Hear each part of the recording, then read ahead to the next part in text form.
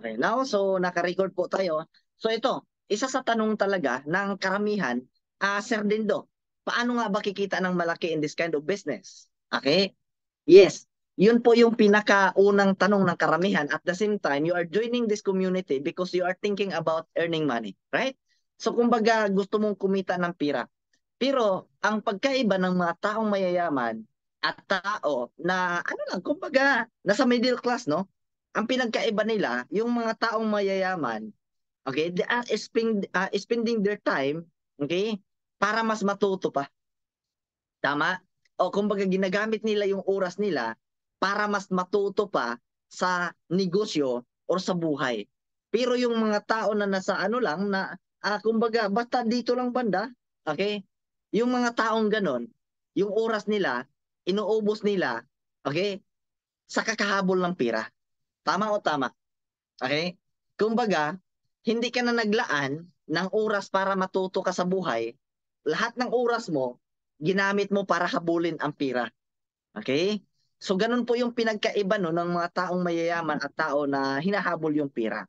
Okay? Kumbaga, ang mga mayayaman talaga, nag-aral sila paano pa mas palaguin yung income nila, yung investment nila. Okay? Kaya, ibig sabihin, lamang ang may alam. Totoo nga naman yung kasabihan at lamang ang may alam. Kasi the moment na meron kang alam kapatid, kikita ka ng malaki at hindi ka manluloko ng tao. Okay? Hindi ka manluloko ng tao the moment na may alam ka. Tama. Lalo na kung may alam ka tapos sabihan ka o join ka dito. Kikita ka ng malaki na wala kang gagawin. Ay, buisit na yan. Ikaw naman na wala kang alam. Okay? Ikaw naman na wala kang alam, nagpauto ka naman. O ngayon, ano nangyari? Pagkapadala mo ng pira, di mo na makita yung taong pinadalhan mo. Tama ho ba? Okay? So, be aware doon, no? Kumbaga, dapat iba yung mindset nyo. Dapat baguhin nyo what you are thinking for. No? Para at least na hindi kayo maloko ng tao. Okay? Kasi kapag wala kayong alam, mabilis kayong maloko ng tao. Okay? So, dito pag-usapan natin, ano ba talaga ang kailangan mo para kikita or para lalaki ang business? Kasi, ang pinagkaiba lang sa atin, okay? Twice na daw po siya na scam. Okay? Okay, dapat umatin ka ng mga training natin kapatid para hindi mo na yan maano. Hindi mo na yan ma-experience, no? Okay, kasi the moment na the moment na wala kang alam, kapatid, I'm telling you. Okay, lagi kang mapapasok sa banga, no? Okay, pero maraming tao na sumali. Maraming tao na alam mo 'yon, maraming tao ha na sumubok ng opportunity. Okay naman yung company, okay naman yung tao na sinamahan, kaso sinasabi sa taong sumali na scam daw. Hindi po naman talaga totoong scam yon. Sometimes people, okay, they are pretending na kumbaga nagpipretend sila na scam, pero ang totoo talaga katamaran lang. Okay? Katamaran. Parang ganito ha. Merong nag-enroll dito, meron akong student, sir. Parang na-scam ata ako, sir ah. Hindi pa naman ako kumita hanggang ngayon. Power ka. Hindi ka nga makita-kita doon sa training ko. Hindi ka nga makita-kita doon sa event ko. Tapos sabihin, ay, nako. Tama ba? Na-scam pala kapatid sa katamaran. Na-scam dahil walang alam. Okay? Kaya dapat kapatid natututo kayo ha. Ayaw ko na hindi kayo matututo. Okay? O kasi gusto ko na matuto kayo kasi gusto ko nakikita kayo ng malaki. Tama? Okay lang po ba yun sa inyo? Okay lang po ba yun sa inyo na turuan ko kayo sa mga hindi dapat at sa mga dapat? Okay lang po ba yun? Okay. Sige, unahin natin no, para maiwasan natin yung scam. Okay? Kumbaga, i-align natin yung mga mindset nyo. The moment na meron kayong opportunity na nakita na ganito, kasi online, kasi lahat ngayon digital na eh. Okay? Lahat ngayon kapatid digital na. Tama? So, hindi mo masasabing scam ang GCash. Tama po ba? Hindi mo masasabing scam ang GCash. Kulang ka lang sa kalaman. Tama? Binigay mo yung OTP, kaya, okay? Ubos yung ano mo, ubos yung laman ng GCash mo. So, dapat aware na kayo doon. Merong mga kumakalat mga kapatid, merong mga kumakalat na ano, merong kumakalat ngayon na text, ipaklik sa'yo yung link, ay nako, pag-click mo sa link, merong lalabas doon na login ang Facebook, chuki yung Facebook mo, nahahack yung Facebook mo. Okay? Merong nagtatag sa inyo, merong mga nagtatag sa inyo na yung thumbnail is sexuality, ay wag mong i-click yan. Okay? Pag na-click mo yan, wag kang mag-login sa Facebook mo. Kamatis na yan, mahahack yung Facebook mo. Iwasan nyo yan, ha? O baka iilan dito sa inyo, maraming nakatag. Okay? Natatag kayo. Yung mga ikaw naman tong ikaw naman tong curious, di ba? Sa sexuality na thumbnail, ay nag-login ka naman kasi gusto mong makita. Nung pagka-login mo, maya-maya, hack na Facebook mo. Ginamit na sa kalokohan. Okay lang po ba yun? Iwasan nyo yun, ha?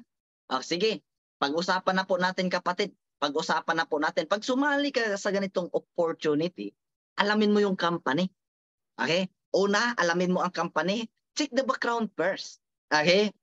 Kung okay na yung company, okay na po yung background ng company, no? Okay yung background ng company, okay yung previous niya, i-check mo yung tao.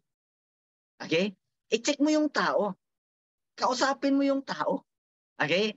Hingian mo ng ID. Tama ba? Hingian mo ng ID. Okay? Kasi kapag hindi yan nagbibigay ng ID, ay chuki ka. Tama? Hindi yan totoo. Kasi at least na binigyan ka ng ID, ito lagi niyong tandaan. Yung pangalan niya sa Facebook at yung ID niya dapat magkaparehas ng pangalan. Kasi in case emergency, ipa-NBI mo kaagad. Ha? Ipa-NBI mo kaagad, at least hindi mo man siya mahabol, at least may record siya sa NBI. Pag maghanap yun ng trabaho, choke na yun. Ha? Mahirapan makahanap yun ng trabaho pag may record sa NBI. Okay po ba yun? Hello? Okay, at least natututo kayo, no? Oo. And the second is, alamin mo yung team. Okay, alamin mo yung team. So kapag okay yung tao, ha? Okay yung company, okay yung tao. Kasi sometimes okay yung company, ang tao lang nagluloko. Okay? Okay yung company, ginamit lang yung company sa taong manluloko. Okay? So dapat alam nyo yan para at least maiwasan nyo. Protektahan natin yung pinaghirapan natin. Hindi po tayo namumulot ng pira, kapatid. Okay? Hindi nyo po pinupulot yung pira nyo, pinaghirapan nyo po yan, kaya dapat alagaan nyo. Tama? Alagaan nyo yan, sige, pag-usapan natin. Pag nasa ka na, pag nasa tamang company ka na, nasa tamang tao ka na, nasa tamang team ka na, okay? Make sure na huwag kang tamad-tamad. Okay? Oo. Kasi kapag okay na tong tatlo, kapatid, at nagtamad-tamad ka, at hindi mo inaral yung business na pinasok mo, ma-scam ka sa sarili mong katamaran. Tama? O ma-scam ka sa sarili mong katamaran, kapatid. Okay? So, dito, ang tao talaga na lack of knowledge or lack of information, they are dreaming about earning money while hindi sila gumagawa. Okay? Yung mga tao na lack of information or lack of knowledge or either lack of educations, ito yung mga tao na magtanong sa'yo, sir, kikita ba ako dyan na wala akong gagawin? Tama ba? O, kumbaga, kapatid, ito liliwanagin ko sa inyo Maraming tao na kumikita na wala nang ginagawa. Pero sino-sino po ba ang mga taong to? Itong mga tao na to, ito yung mga kumikita na wala nang ginagawa. Ito yung katulad ni Manny Pacquiao. Okay? O, kagaya ni Manny Pacquiao. Si Manny Pacquiao po kumikita ng pira kahit wala nang ginagawa yan.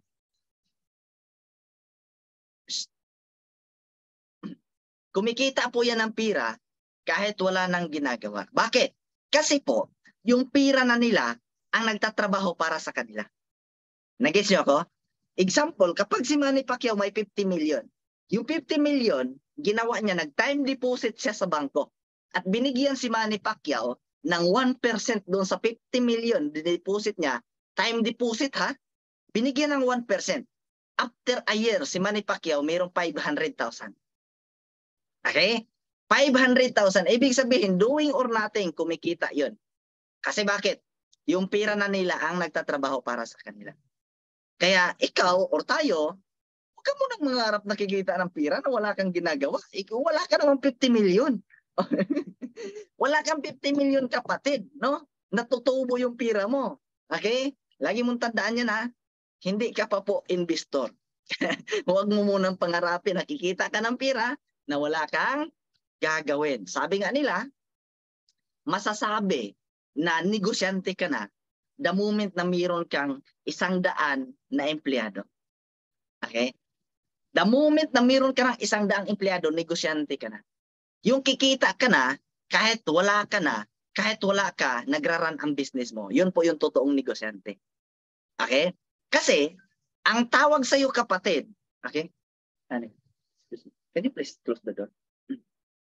Ang tawag sa'yo kapatid, okay? Ang tawag sa'yo, the moment na hindi ka kumikita kapag wala ka sa business mo, okay? Ang tawag sa'yo, self-employed. Okay? Self-employed ha? Self-employed. Hindi ka pa negosyante. Bakit? Hindi ka pa kumikita na wala ka. Nag-isip ako, hello? Okay? Lagi yung tandaan yan ha? Kaya, kung ikaw ngayon, wala ka namang amo, tapos, okay? Kapag wala ka, hindi ka kumikita, ang tawag sa'yo, self-employed. Nag-isip ako? Hindi ka negosyante, self-employed ka pala. Pero kapag kumikita ka na, kahit wala ka sa business mo, kahit nagbabakasyon ka, ang tawag sa'yo negosyante. Okay? Kumbaga, ito na yung tinatawag na, mayroong tinatawag na LOI or tinatawag namin na living on interest. Ito yung mga taong investor. They're earning money, okay? While andun sila sa vacation. Okay? Yan. So naintindihan niyo po ba? Naintindihan niyo po ba? Are you learning? Okay? So dapat, ano ba yung gagawin natin? Kasi meron kasing tinatawag kapatid, no? Ito ha. Magsishare screen lang ako para at least na may idea kayo. Ito tututuro ko sa inyo kasi ito yung hindi alam ng karamihan. Ito yung yan. Hindi pa to alam ng karamihan kaya ituturo ko po to sa inyo ngayon.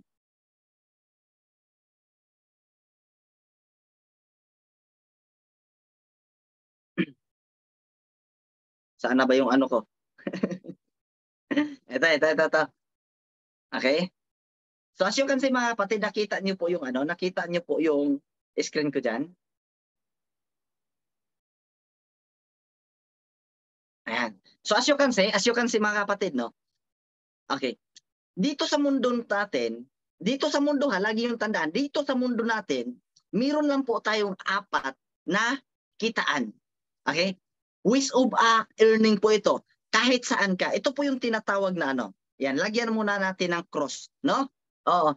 4 na kitaan para kikita ka ng pira dito sa mundong to. Okay? So, ito po kapatid, ito yung tinatawag na okay? At itong isa, BI. Okay? Ang nagsabi po nito kapatid, ito po yung tinatawag, si Robert Kiyosaki. Si Robert Kiyosaki, lolo ko po siya. Okay, magkahawig lang po sila ni lolo ko, no? So ang sabi ni Robert Kiyosaki, meron lang daw po tayong 4 ha. Meron lang daw po tayong 4 na kitaan dito sa mundong to. Una, ito yung tinatawag na Itong kapatid, it is a represent for employment. Okay? Tanungin kita, saan ka ngayon? Saan ka ngayon nabilong? Di ba andito ka? Hello? Andito ka, no? Okay. So, ibig sabihin, ikaw ngayon, kumikita ka ng pira, dito ka sa employment. Okay? Ang mahirap dito sa employment, kapatid, no work, no pay. Kung hindi ka papasok, wala ka ding income. Kapag nilagnat ka, wala ka ding income. Pag nagbakasyon ka, wala ka ding income. Ang masakit nito, pag nagbakasyon ka, tatanggalin ka pa sa boss mo. Hello? Tama? Tatanggalin ka sa boss mo. At ito napakaganda. Bakit? Maaaring isa ka sa matanggal. Parang ganito lang, pansinin natin. Noong pandemic, sa tingin mo, ilan kaya ang sa employment ang tinanggal? Di ba karamihan wala ng trabaho? Okay? Bakit? Nag-close Sarado yung negosyo Tama ba? Ito yung mga empleyado. Tama ba? Pwedeng tatanggalin ka ng boss mo. Ang masakit pa dito, kasi bakit? Kapag ito ang alam mo, para kikita ka ng pira, pag edad mo ng 60, wala na. Retired ka na. Hindi ka nakikita ng pira dito, kapatid. Lagi mong tandaan yan, ha? Oo. Lagi mong tandaan na lahat ng problema andito. Tama? Oo. Lahat ng bag andito. Alam mo yung bag? Okay? Shoulder bag, handbag, di ba? Eye bag. Andito lahat. Tama? Oo, kapatid, lagi niyong tandaan. The moment na andito ka, wala kang chance na para umasenso. Bakit? Kasi kapag andito ka kapatid, ang nauuna dito, wala pang sweldo, okay? Ang nauna ha, wala pang sweldo kapatid, ubos na sahod mo. Or baka nauna pa ang utang. Nag-gets niyo ako? Nauna pa ang utang. Kaya lagi yung tandaan yan. Kaya kung gusto mo na kung gusto mo na umasenso, okay kapatid, huwag ka dito. Tama? Huwag mong gawin to. Masisira ang buhay mo. Nag-gets niyo ako? Lagi yung tandaan ha, kapag andito ka sa employed or empleyado ka, no work, no pay. Kapag nilagnat ka or nagbakasyon ka, wala kang sweldo. Okay? Oo. Kapag tinanggal ka sa boss mo, maghanap ka naman ng iba. Pag nag-retired ka, nahanap, wala na. Tangguloy na. Wala ka ng income. Okay? So Sir Dindo, ano po yung letter S? Okay? Yan. Ano po itong letter S? Itong letter S kapatid, ito po yung tinatawag na self-employed. Okay? Ito yung mga lawyer, mga ahente. Okay? Ito yung mga sari-sari store owner. Okay?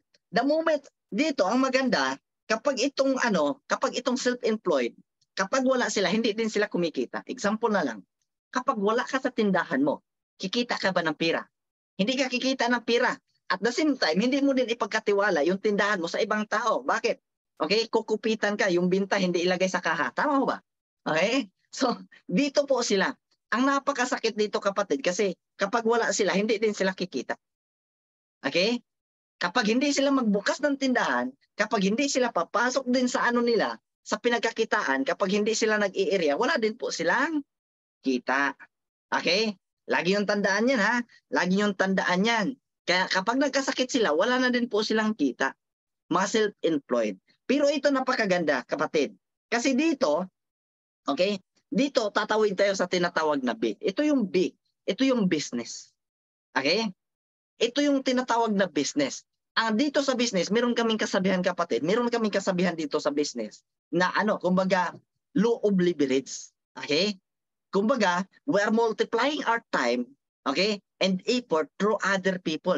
Ibig sabihin, okay, nag-hire tayo ng mga empleyado, ginagamit natin ang oras at galing nila para magtrabaho sa business natin. Okay? Kaya napapansin mo, itong empleyado nagtatrabaho dito sa negosyante. Tama?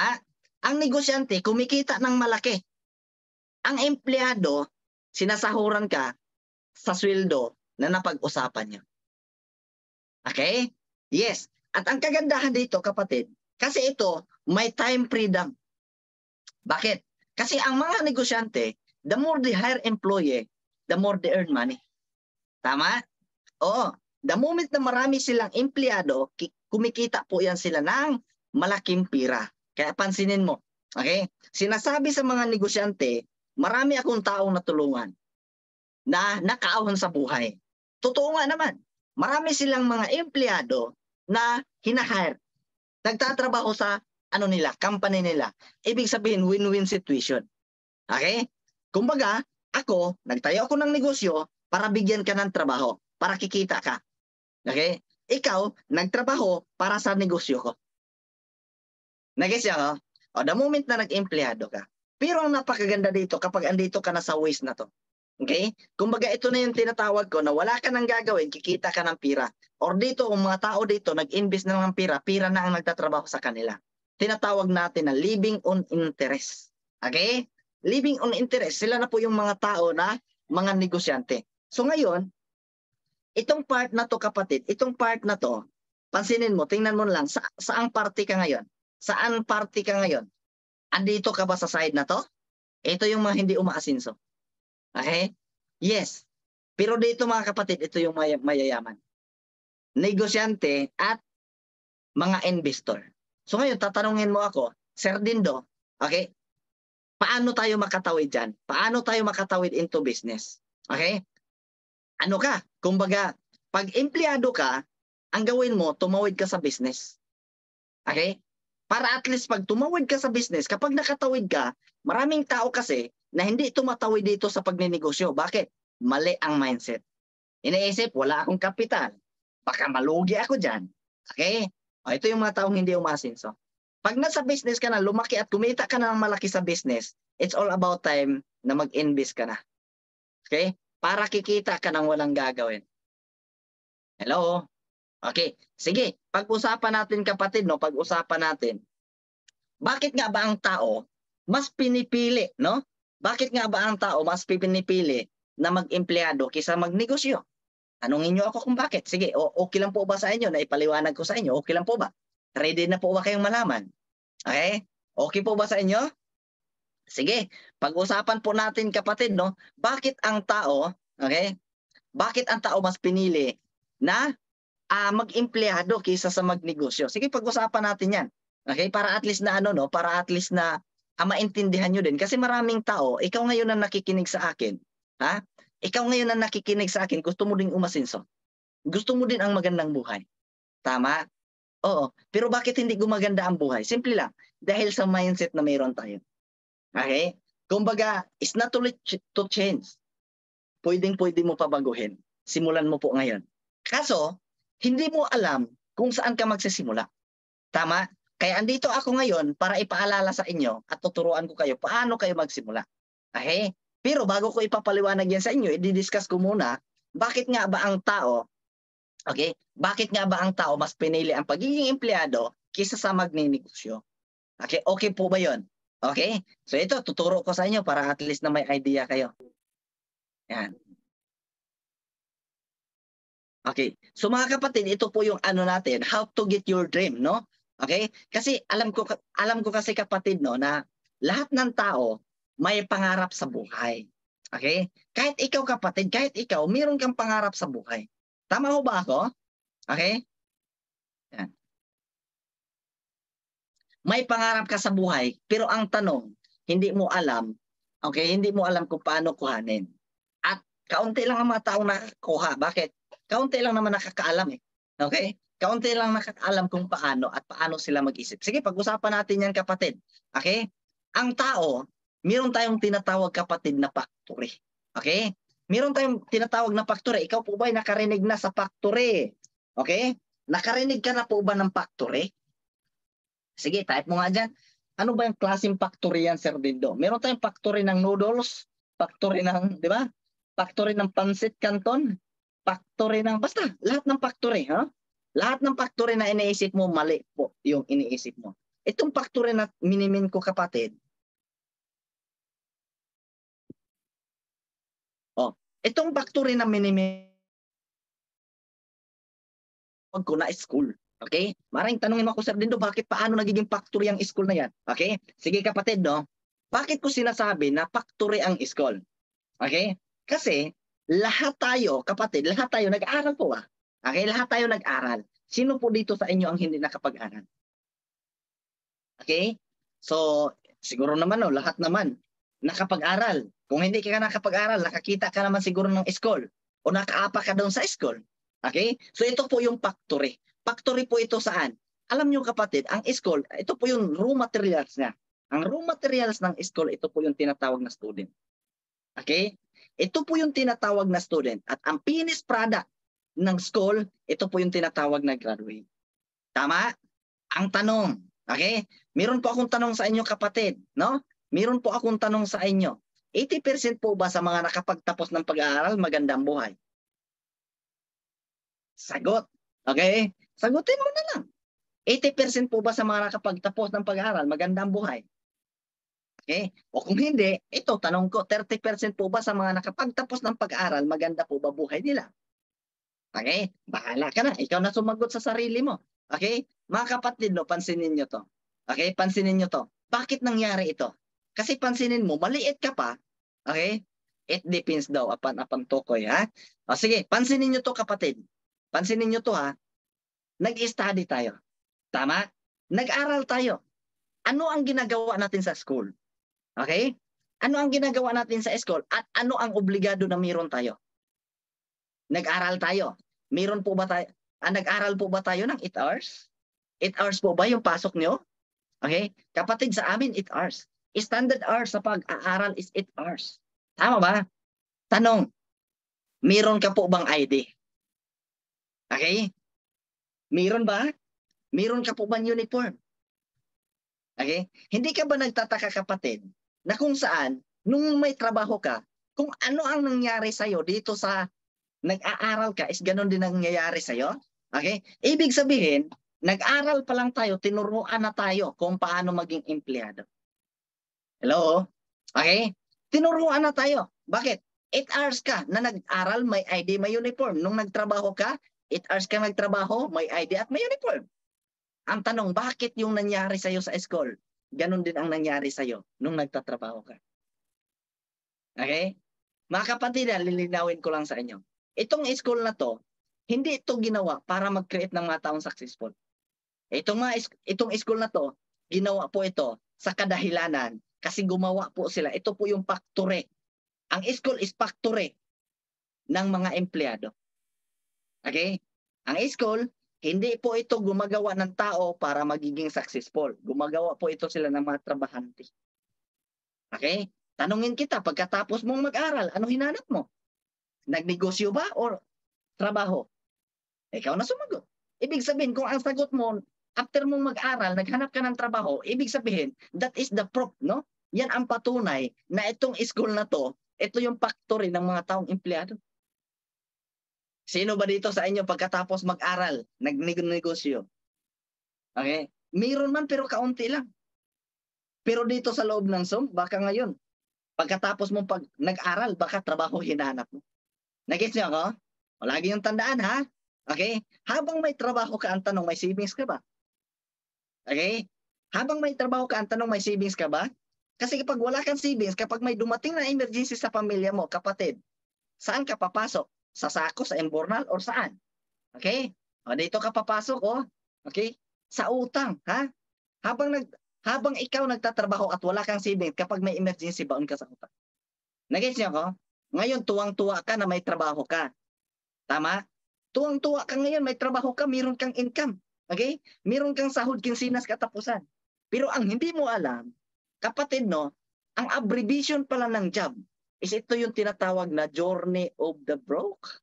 Tanungin niyo ako bakit? Okay? Tanungin niyo ako bakit? Simple lang. Magtrabaho ka ng 40 years. After 40 years, you're still broke. Tama ba? Okay. Napansin mo? Wala ka pang trabaho, wala ka namang utang. Pero nung nagkaroon ka ng trabaho, bakit ang dami mo ng utang? Nag-gets niyo ako? So, ganun lang kasimple, kapatid. No? Oh. So, pansinin niyo, ha? Pansinin niyo. Ito, pag-usapan natin, no? Bakit kailangan mo ng extra income? Papaliwanag ko sa inyo na dapat seryosohin niyo yung pagiging insurance agent niyo. Okay, bakit kailangan mo ng extra income? Sige, pag-usapan natin.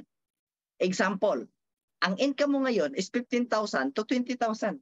Tuwang-tuwa ka sa income mo, di ba? Tuwang-tuwa ka. Pero kapatid, ang lagi mo nakikita ang income mo, kailan mo lang po ba tinutal yung expenses mo? Yung gasto mo, kailan mo lang po ba nakita? Alam ko, lagi mo nakikita yung sahod mo na 15 or 20,000 ang kada buwan. Pero ni minsan ba, nakita mo po ba ito? Pagkain, pamasahe, pangload, pangbisyo, pampaganda or pampagwapo, rent ng bahay, tubig, kuryente at kung ano-ano pa, bigay pa sa mga magulang, pang-resource pa. Tama ba? Okay? So ngayon, kaya napansin mo, ang tao kapag tinanong mo, magninegosyo, ay, sabihin niyan, ano sabihin? Walang pira. Bakit? Well, totoo naman talaga. Kasi bakit? Yung sahod mo, 15 to 20,000. Tutalin mo kaya ang gastos mo. Magkano kaya yan? Kapag malaki ang gastos mo kaysa sa sahod mo, baon ka sa utang. Okay? Pag kaunti ang expenses mo kaysa sa sahod mo, may natirang kaunti. Ganun lang kasimple. Okay? Break even kung tawagin. Kung yung expenses mo at yung sahod mo is match lang sila, ang tawag sa'yo break even. Okay? Nagtatrabaho ka para makasurvive. No? O sige, pag-usapan natin, may pangarap ka ba sa buhay, kapatid? Okay? May pangarap ka ba sa buhay? Maraming tao sinasabi, may pangarap ako, sir. Okay? Sinabi, magnegosyo tayo. Wala akong pira, sir. Wala akong alam, sir. Yan. Tinamaan ka na magaling. Okay? Huwag ka nang mangarap, kapatid, kung dami kang reklamo. Okay? Yung mga taong nakukuha nila yung pangarap nila, kapatid, ito yung mga taong hindi reklamador. Lagi yung tandaan yan. Oo. Kumbaga, pansinin nyo, bakit ang mahirap lalong naghihirap at yung mga mayayaman, lalo yung mayaman? Kasi ang mahirap kasi, kapatid, ang laging tinitingnan, okay, reklamo. Tama? Reklamo dito, reklamo doon, reklamo sa gobyerno. Sinisisi pa sinisisi pati gobyerno. Nagets mo? Okay? Huwag mo sisihin ang gobyerno. Ilang gobyerno ba na ba dumaan? Kumusta buhay mo? Okay? Hindi po problema sa gobyerno kung mahirap tayo ngayon. Okay? Problema na po natin yan. Bakit? Okay? Andyan ba yung gobyerno nung ginawa ka ng nanay at tatay mo? Wala. Tinawag ba ng ano? Tinawag mo ba ang gobyerno nung gumawa ka ng anak? Wala. Okay? Tapos ngayon nagkaanak ka, naghirap ka, sinisisi mo na gobyerno. Nagets niya ko? Hello? O sige, pag-usapan natin. May pangarap ka, kapatid. Sige, baguhin natin yung mindset mo. Okay? May pangarap ka. A lot of people, they have a dream for themselves. Okay? May pangarap sila sa buhay. Pero tatanungin kita, kapatid. Tatanungin kita, no? Kung ikaw tatanungin ko, may pangarap ka ba? Type mo nga dyan kung may pangarap ka ba. Okay? Kasi, sa akin, no, kumbaga kapatid, almost 5 years na po ako sa industriya ng pagninegosyo. Okay? Almost 5 years na ako sa industriya ng pagninegosyo. Okay? So, every time I talk people na tinatanong ko sila, Ma'am sir, do you have a dream for yourself? Lagi nilang sabi, yes. Pero ito ang pinaka-tindi. The moment na tinanong ko sila, Ma'am sir, alam mo na ba ang presyo ng pangarap mo? Okay? Ikaw ba kapatid, tanungin kita ngayon, ikaw nakikinig. Alam mo na ba ang presyo ng pangarap mo? Tama? Ang iba sinasabi, basta pangarap ko, yan na yan. Tama? At yung iba naman, nakabase lang sila sa kung magkano ang kinikita nila. Tama po ba? Oh, kung walang natira sa kinikita nila, ay wala na silang pangarap. Okay? Damo, kapatid, now, I'm going to tell you, kung hindi mo alam ang presyo ng pangarap mo, hindi mo mabibili yan. Totoo po, ang presyo ng pangarap, binibili po yan. Tama ba? Sabihin natin, gusto mong bumili ng ganito, iPhone. Okay? Ngayon, hindi mo alam ang presyo. Do you think mabibili mo? Hello? Tama ba? Hindi mo mabibili yung gusto mong, yung mga pangarap mo sa buhay, the moment na hindi mo alam ang presyo. Hello? Hi? Tama? Sige, pag-usapan natin. I-share ko lang sa inyo, no? Kumbaga ito ang isa sa nag-udyok sa akin na hindi na ako babalik as being employed. Okay? As being empleyado. Simple lang. Okay? Nung nalaman ko ang presyo ng pangarap ko, kasi that time kapatid, I was dreaming about having, kumbaga, Fortuner. Nung nagpa-quotation ako sa Fortuner, kapatid, ang presyo ng Fortuner is 2.4 million. Okay? 2.4 million yung gusto kong sasakyan. Pangarap ko na sasakyan, 2.4 million. Okay? Ma-share ko lang po sa inyo. And then dati, nagtatrabaho ako as bilang sales executive sa industrial supply, kumikita po ako ng 20,000. Okay?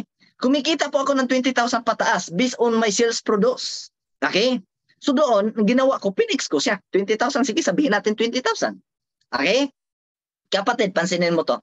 Ang ginawa ko, times 12 ko siya. Bakit? Para ma-identify ko magkano kinikita ko sa loob ng isang taon. Okay? So nung lumabas, kapatid, ang lumabas is 240,000. Okay? It means, ang kinikita ko sa loob ng isang taon is 240,000 ang income ko. Okay? Sa loob ng isang taon. Kasi kumikita ako ng 20,000 a month. And the next na ginawa ko, kapatid, ganito po yung ginawa ko. Ito po yung yearly income ko. Okay? So, tiningnan ko kung ilang taon na ako. Okay? Ayan. Pansinin mo po, kapatid, ha? Yung 2.4 million na to, at yung income ko a year, dinivide ko yung pangarap ko sa income ko yearly. Okay? Alam nyo ang lumabas? Kailangan ko palang mag-savings ng 20,000 a month. O yung kita ko, hindi ko bawasan. Kumbaga, i-savings ko lahat yan. Yung 20,000 at yung 240,000 a year. Para sa loob ng 10 years, ma-reach ko po itong 2.4 million. Okay? Doon ko napansin. That time, 20 years old ako. Sabi ko, mag-ipon ako ng 20,000 a month or 240,000 a year para sa loob ng 10 years. Okay? May 2.4 million ako. I-plus natin itong 10 years na pag-iipon ko. 20 years old ako, tapos plus 10 years. 30 years old ako. Masaya o masaya talaga? Hello? Masaya ho ba yon? Okay? Siyempre naman, 30 years old pa ako, masaya talaga ako. Tama? Sobrang saya ko. Bakit? 30 years old pa lang ako, may 2.4 million ako. Nagets nyo? So ikaw, tanong, isipin mo lang, sundan mo lang ako, 20,000, kung magkano ang kinikita mo a month, i-times 12 mo yan para maklarify mo kung magkano income mo yearly. At yung presyo ng pangarap mo, i-divide mo yung income mo yearly sa presyo ng pangarap mo. Ang lalabas dyan, okay, yan yung taon. Iyan katagal bago mo makuha yung pangarap mo. Nagets nyo ako? O, kung ikaw ngayon may 2.4 million ka, 30 years old ka, masaya o masaya talaga? Sobrang saya. Bakit? Bata ka pa eh. Ma-enjoy mo pa eh. Pero kaso nga lang kapatid, okay? Hindi ko na-anticipate, okay? Na ang kinita ko kapatid is 2.4 million. Pero pansinin mo ha, pansinin mo to. Kumita ako ng 2.4 million. Pero hindi ko tinitingnan, nagagastos pala ako. Yung kita ko pala sa loob ng isang buwan, meron pa palang magastusin. Okay?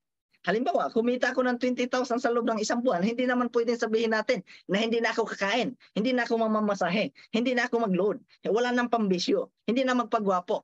Hindi naman ibig sabihin na hindi na ako mag-rent ng bahay, tubig at kuryente. Nag-gets niyo ako?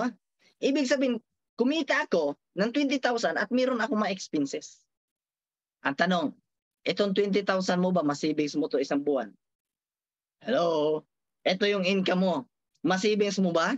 Dahil may expenses ka? Reality. Okay, sige, sabihin natin may pagkakuripot ka, no? May lahing inchi ka. Okay? May lahing inchi ka. Kumikita ka ng 15 or 20,000 a month. Kaya mo po ba i-savings itong 5,000?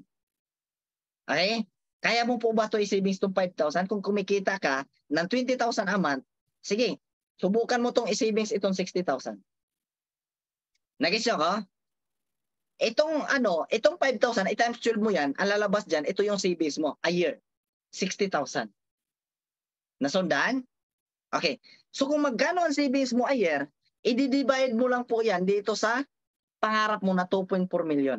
Malalaman mo kung ilang taon ka or kung ilang taon na dapat mag-savings ka ng 5,000 a month or 60,000 a year para makuha mo pangarap mo. Sabi ko, kung mag-iipon ako ng 5,000 a month or 60,000 a year, yung presyo ng pangarap ko is 2.4 million. Kailangan ko magtrabaho ng 40 years para may 2.4 million ako. 40 years ha? 40 years. Sabi ko, 20 years old ako, magtrabaho ako ng 40 years, 60 years old na ako. Sabihin ko man na 60 years old ako, may 2.4 million ako, hindi ko pa rin ma-enjoy. Pupunta ako ng Boracay, hindi na po chicks ang habol sa akin, kundi aso. Okay? Kung hindi aso, kapatid, plancha, bakit gusot-gusot na? Nagets ako? Kapatid, tanungin kita, ilang taon ka na ngayon? Totalin mo lang, simple lang to totalin. Ito kapatid, never po ito tinuro ng mga teacher sa school. Okay? Ang tinuro sa teacher doon sa school, x minus y. Give the value of x, give the value of y. Buisit na yan. Tama ba? Square root. Hindi, ito lang ang reality sa buhay. Okay? Tanungin niyo ako, bakit hindi ito tinuro sa mga teacher? Kasi mismo sila, hindi ito alam. Tama? Kasi kung alam nila to, hindi sila mag-teacher. Tama? Kasi alam nila na kapag mag-empleyado sila, hindi sila aasinso. Tama? Kasi yung mga teacher doon sa amin, taga London eh. Alam mo yung taga London? Oo, yung loan dito, London. Nagets niyo ko? O loan dito, London. Wala pang sweldo, baon na sa utang kapatid. Tama ba? At hindi ito tinuturo sa mga teacher sa inyo, doon sa school. Bakit? Kasi tulad ng sabi ko, hindi nila to alam. Ha? Hindi po nila ito alam. Kaya maraming teacher ngayon na umaasa na lang din. Okay, saan umaasa? Sa pensyon. Ha? Oo. Kaya sabi ko sa sarili ko kapatid, nung nalaman ko to, sabi ko, ito lang pala ang reality ng buhay. Bakit pa natin pagugulo-guluhin? Bakit pa natin bigyan yung value yung ex mong iniwan ka na nga noon? Tama? Kapatid, the moment na naintindihan mo to, the moment na, okay, the moment na nasundan mo ako, kapatid, hindi ka na magtrabaho. Okay, hindi ka na magtrabaho bilang empleyado para kikita lang ng pira. Intindihan mo lang to. Gusto mong umasinso? Kung ayaw mo namang umasinso, ay wag kang umalis dyan sa trabaho mo. Okay? Kasi, wag ka nang umalis. Ito ha, 20 years old ako, kung mag-iipon ako ng 5,000 a month or 60,000 a year, yung presyo ng pangarap ko is 2.4 million. Nabili ko man yung Fortuner ko, pero ilan kaya ang grado ng salamin ko? Okay? Makapag-drive pa ba ako nito? Tama ba? 60 years old na eh. 40 years kang nagtrabaho. Kamatis na yan. Tama ba? Ganun lang. Intindihin mo lang, kapatid. O sige, 2.4 million, buong buhay mo, kinita mo. Sakit, no? Ibig sabihin, kapatid, 2.4 million, buong buhay mo. Ito lang ba value sa sarili mo? Hello? Ito lang ba ang value sa sarili mo? Kaya sabihin mo sa akin, nagtatrabaho ka po after 40 years, tapos sabihin mo, Lord, bakit baon ako sa utang? Paano? Ito ha, makapag-ipon ka pa ba ng 5,000 a month kung meron kang mga anak na nag-aaral? Inuuna mo pa ba savings mo o inuuna mo yung pantuition ng anak mo? Tama ba? Lalo na, 2, 3, 4, 5, 6 yung anak mo. Tapos kinikita mo, 20,000 lang. Hello? Tama ba? O intindihin nyo yan. Sige, sabihin natin, kapatid, no? Ito ha, tagal ko na itong ginawa. Tagal ko na po itong tinutal. Kung nagtatrabaho ka ngayon ng 15,000 a month, yung income mo, magtrabaho ka sa loob ng 40 years. Ito lang kikitain mo. 7.2 million. Malaki po ba ang 7.2 million, kapatid? Sa aming mga negosyante, sisiw na. Okay? Kapatid, itong 7.2 million, buong buhay mo na. Tama? Buong buhay mo na to. Ibig sabihin, ito lang ang value ng buhay mo ngayon. 7.2 million. Nag-gets nyo ako? Oh, kaya meron ba kayong napapansin? May edad na, nasagasaan, binayaran na ng 50 mil. Bakit? Okay? Yung binayad is nakadepende sa edad. Okay? Nakadepende sa edad. Halos hiningi na lang ang buhay ng may edad. Okay? Kasi alam nila na wala nang kikitain. Kasi alam nila na wala nang kwenta. At ito lang ang value. Kapag 20 years old ka ngayon, ito lang ang value mo pag magtrabaho ka sa loob ng 40 years. Pag 20,000 ang kinikita mo, kapatid, eto, okay? Ito, kapatid, magtrabaho ka ng 40 years, 9.6 million lang. Kahit totalin natin ngayon, sabihin ko sa inyo, kahit totalin natin, ibig sabihin, kapatid, itong 9.6 million, sa 60 years old ka na nito, 60 ka na. At ito lang yung budget mo para mabuhay ka sa mundong to at mairaos mo yung pamilya mo. Nagets mo ako?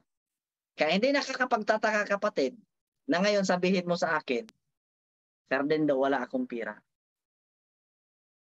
Tama? Okay. Gusto nyo bang tumawid sa ganong sitwasyon? Gusto nyo ba yon? Okay? Gusto nyo ba na tumawid sa ganong sitwasyon? Tama? Oh, so ganito gawin nyo. Una, palibutan nyo yung sarili nyo sa mga taong negosyante. Dumikit kayo sa mga taong negosyante. Ang iba kasi, kaya walang kaibigan ng negosyante, kasi kapag may kaibigan silang negosyante, inuutangan. Nag-gets mo? Inuutangan yung mga negosyante. Sino pa kaganahan na isama ka? Tama ba? Sino pa kaganahan na isama ka? Kapatid, no? Lagi yung tandaan ha, pag may kaibigan kayong mga negosyante, huwag niyong utangan.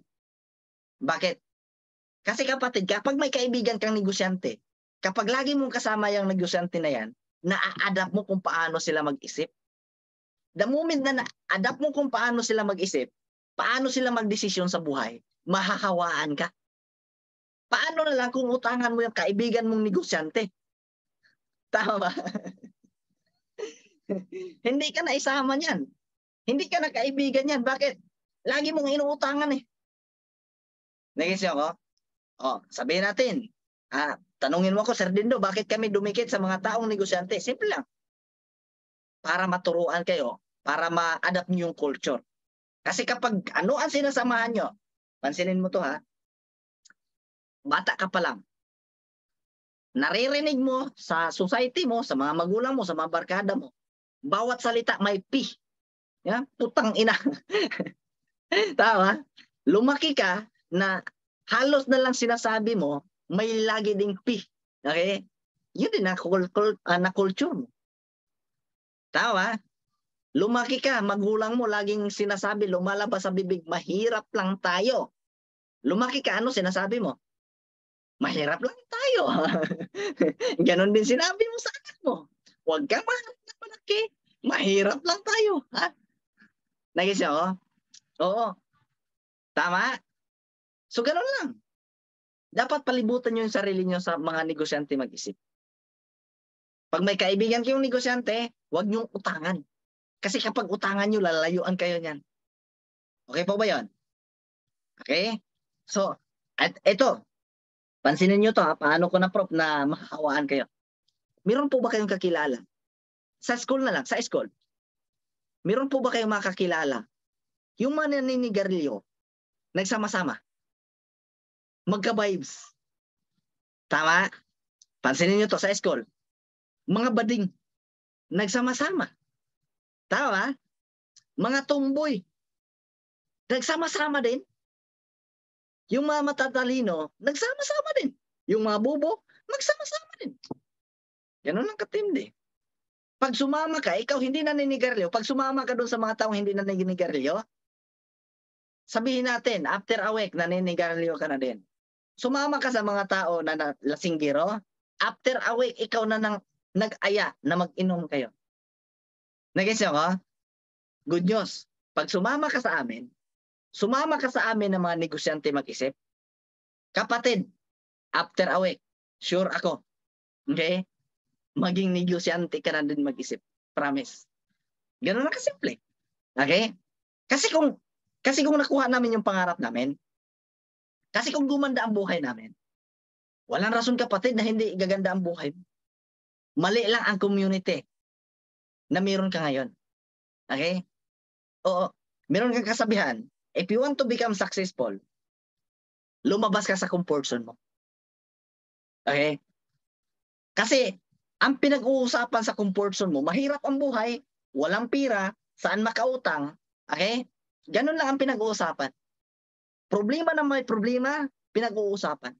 Dito kapatid, iba ang pinag-usapan natin. Nag-guess ako? Iba ang pinag-usapan natin dito. Ang pinag-usapan natin dito, paano baguhin ang buhay. Nag-guess ako? Hello? Are you learning? Okay? Are you learning? Oo. So, ganun lang katindi, no? Kaso nga lang, kapatid, marami akong tao na miniminturan. Marami akong tao na tinuturuan. The moment na umatin sila ng ganitong mga usapin, na-i-inspire sila. Ha? Yung ano nila, kumbaga, hataw na sila, na-i-inspire sila sa speaker, okay? Kumbaga, nakapag-isip-isip, alam mo yung habang nakikinig ka na, i-imagine mo na yung pangarap mo. Okay? Oh, kaso nga lang, maraming tao, after ng event, maghihiwalay-hiwalay tayo. Tama ba? Babalik tayo sa reality ng buhay. Babalik tayo sa kung ano ang kasama natin. Hello? Tama? Oh, babalik tayo doon. Tama? Ano ang ginagawa mo pag walang training? Inspired ka pa ba kahit wala ng training? Okay? Motivated ka pa ba kahit wala ng meeting? Okay? Ganun lang kasimple kapatid. Kasi pagkatapos ng Zoom na to, pakakausap mo na kumpare mo. Pakakausap mo na asawa mo. Okay? Tapos sinabihan ka, saan ka naman galing? Busy ka naman sa ka-attend ng power. Hindi ka pa ba nagsawa sa ganyan? Tama ba? Maraming magsabi sa inyo, ay, hindi totoo yan. Maraming magsabi sa inyo na, ay, nako, iwan ko nga ba, no? Maraming magda-down sa inyo mamaya. Tanong, motivated ka pa ba? Okay? So, yun yung lagi yung tandaan. Kasi mamaya, aayain ka ng kumpare mo, pre, tagay mo na tayo. Walang business na pinag-usapan doon. Buhay na may buhay, pinag-uusapan. Tama? Kaya, kailangan mo, kung gusto mong mabago ang takbo ng buhay mo, baguhin mo mga kaibigan mo. Ganun lang. Baguhin mo mga kaibigan mo. Kasi ang mga kaibigan natin, malalaman natin kung totoong kaibigan sila. The moment na nagbi-business ka, susuporta. Okay? Ang masakit dyan, yung mga kaibigan mo ngayon, kapag nagninegosyo ka, okay, hindi na nga sumuporta, inutangan ka pa. Hihingian ka pa, pre, sample ng product. Utangan. Nag-isip ko, ang totoong kaibigan, susuportahan ka. Ganun yun. Tama? Ang totoong hindi kaibigan, kasi maraming tao sa labas, kumbaga, they are pretending na concern sila sa'yo. Pre, baka hindi yan totoo. Mare, baka hindi yan totoo. Okay? Mare, masisira buhay mo. Tama? Pero ang hindi nyo alam, sila pala yung mga tao na may tinatawag na crab mentality. Ayaw nila na aangat ka. May inggit. Tama ba? Dinadahon ka nila, sinasabihan ka nila ng ganito kasi ayaw nila na aasinso ka. Ganun lang kasimple. Tama? Meron ka bang kaibigan ganun? Okay? Oh, yun yung totoong kaibigan. Yun yung hindi totoong kaibigan. Nag-isip ako? Kaya kapatid, alam nyo, ginawa ko tong business na to, pamilya ko walang suporta. Mga kaibigan ko, iwan ko, sabi nila, balikan ko sila pag kumita na ako ng milyon. Binalikan ko sila nung kumita ako ng milyon, sabi nila, pre, nauna ka na din kasi, buisit na kaibigan yan. Nagsisimula ako, sabi ko, pre, sabay tayo dito para at least sabay din tayong aasinso. Sabi niya sa akin, pre, balikan mo ako pag kumita ka ng milyon dyan. Kumita ako ng milyon, sabi ko, pre, kumita na ako ng milyon. Sabi niya, pre, nauna ka na kasi. Tama, ang sarap ipatulpo, no? Ay, hindi ko nga alam, no? Iwan ko ba? Tama? Bahala na sila sa buhay nila. Basta gusto nyong umasinso, huwag kayong makinig sa mga tao sa labas. Gawin nyo yung gusto nyo. Be passionate sa ginagawa nyo. Kasi ang sekreto sa tagumpay, kapatid, kapag hindi ka na nakikinig sa opinion ng ibang tao. Maraming tao na hindi umasinso. Isa sa dahilan, nag-aantay sila sa desisyon at pinapakinggan nila ang opinion ng ibang tao. Nagising ako? Lagi yung tandaan, ha? Lagi yung tandaan. Pag nagutom yung pamilya mo, pag wala kang pambayad ng tuition ng anak mo, pag wala kang pambili ng project ng anak mo, yung mga tao na yan sa labas, buti kung mahiraman mo yan. Sabihin ko sa inyo. Tama? Pag walang laman ang kaldero mo, kapatid, buti kung pahiramin ka ng masaing mo. Tama? Kaya huwag kang makinig sa kanila kung ano sinasabi nila. Huwag kang magpa-apekto sa kanila. Kasi kapag nagpa-apekto ka sa kanila at naghirap ka, problema mo yan. Tama? Kung sa tingin mo, alam mo nyo naman negative ang sinasabi or hindi, alam na natin yan. Tao tayo, may pakiramdam tayo. Tama? Oo. Umasinso ako nung iniwan ko yung mga kaibigan ko. Okay? Hindi naman sabi na iniwan, magkaibigan pa rin kami ngayon. Okay? Magkaibigan pa rin kami pag magkita kami. Okay? Oh, ganun lang. Kumbaga, hindi mo naman sabi na iwanan mo sila. Dumistansya ka lang muna ng konti. Balikan mo sila pag mayaman ka na. Okay? Ganun yung ginawa ko. Nabago yung mga kaibigan ko, nabago yung circle of friends ko, kaya nabago takbo ng buhay ko. Marami dyan. Pag nag-aalo ka ng produkto, pagtatawanan ka, kukutsain ka. Ikaw ba yung pre na, ganito, ganyan? Ang ganda ng trabaho mo, tapos ka ng college, tapos nagbinta-binta ka lang ng insurance. Marami dyan sa labas. Lagi yung tandaan, mas malaki ang kinikita ng quick vendor kisa sa mga naka-uniforme na yan. Okay? Ganun lang kapatid, no?